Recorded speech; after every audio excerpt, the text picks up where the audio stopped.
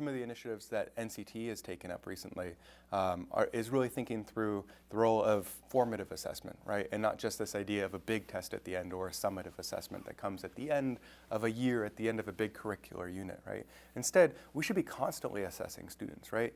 That one thing I think the general public should know is assessment is something that's always happening in classrooms, right? When I have a conversation with a student, right, this is an informal assessment, right? When I have students talk through what did they read last night, what did they underline, why is that an important passage, right? That's a form of assessment, right? It's not the same as the high stakes test that we expect at the end. Formative assessment means that assessment's always happening, right?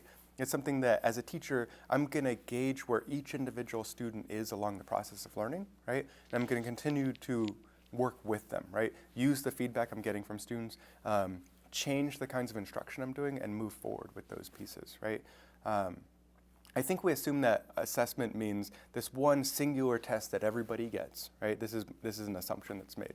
And formative assessment really reminds us that every student is unique, right? That we need to think about the unique needs of every individual in our classroom, which means we also need to acknowledge every student is unique, right? There's a fundamental shift in seeing our students as human beings with emotions, with feelings, with passions, right?